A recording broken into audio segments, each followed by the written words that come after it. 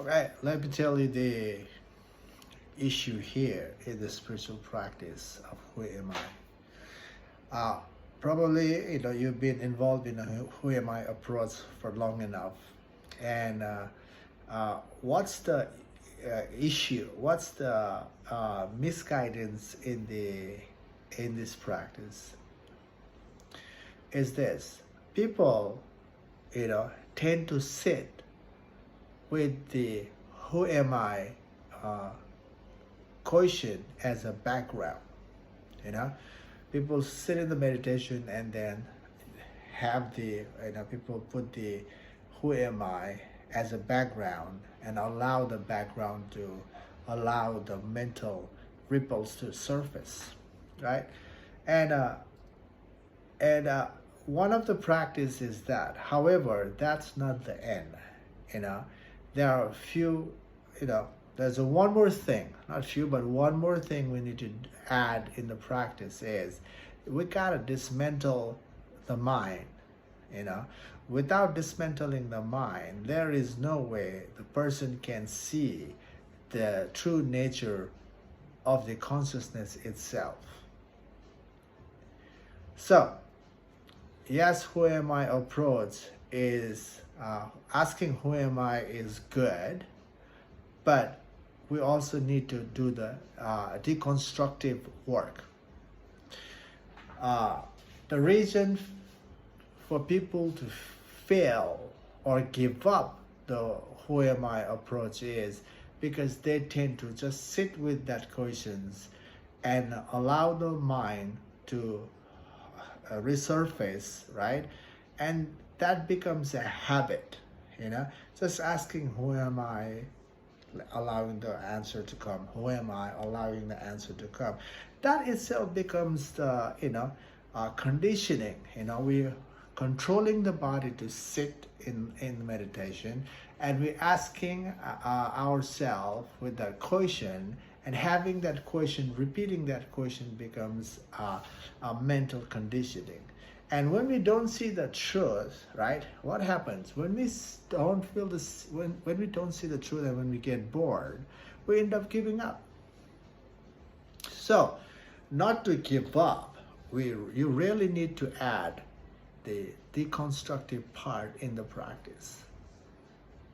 Okay, without that, the person will have a hard time, in seeing the truth, and it's hard, and it will end up struggling and giving up.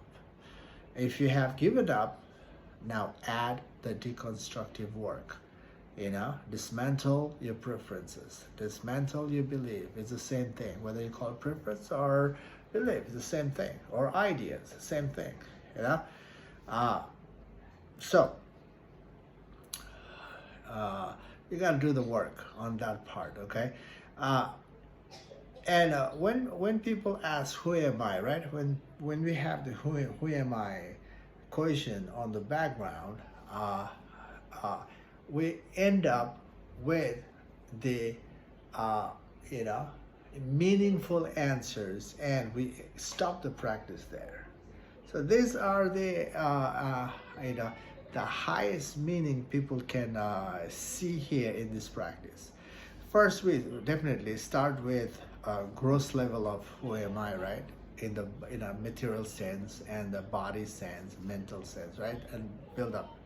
So, when we sit with the who am I, we start to say, okay, I'm a guy, I'm a woman, all right. I am, whatever position you have in your life, you say that when you put the who am I inquiry. And then you even start to see the result of your career. And then if you're more refined in the spiritual practice, you will go to the point that, I am consciousness, right? I am awareness, and even here, people can go to the point that I am the one who is questioning myself. I am the one who is questioning, I am the one who's observing. So this is still the mental residue, the refined residue, still resurfacing on the surface of the on the consciousness, and until all the answers and question dissolves, there is no truth. You know, the truth is still, you know, being veiled by our questions and answer itself. So, no matter how refined answer you can give yourself in the who am I approach, that answer itself is an ego self coming out as an expression of the ego.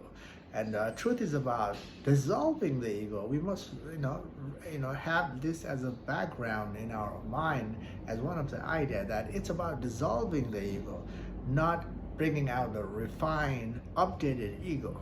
So, hope you getting this point that it's, we go to the point that we give ourselves a refined answer. Right answer. So it's not, the journey is not about that. So why we fail is that because we have gone to the point that we have our refined answer expressing who am I, and that ends to some point, and we don't kind of break the barrier in the practice and end up giving up, and people end up getting stuck in the answer that I am the consciousness, witnessing or or answering, or or I am the one who is answering. People get to that point, but and this is where we need to invite the deconstructive work, the deconstructive work of the belief. We gotta do the equation of the mind, and the equation is to dissolve all mind so we can really see the truth of who we are. And it's the combination work of witnessing, dismantling, and asking who am I. So that's the work, guys, right? If you're again stuck in the who am I journey, you really need to do the deconstructive work of the self, ego self, and see what happens. If you see this helpful, invite further in the inquiry practice, and set yourself free from the limitation, set yourself free from the fear, mental conflict, and be free. That's the ultimate seeking from the spiritual journey, isn't it? Be free.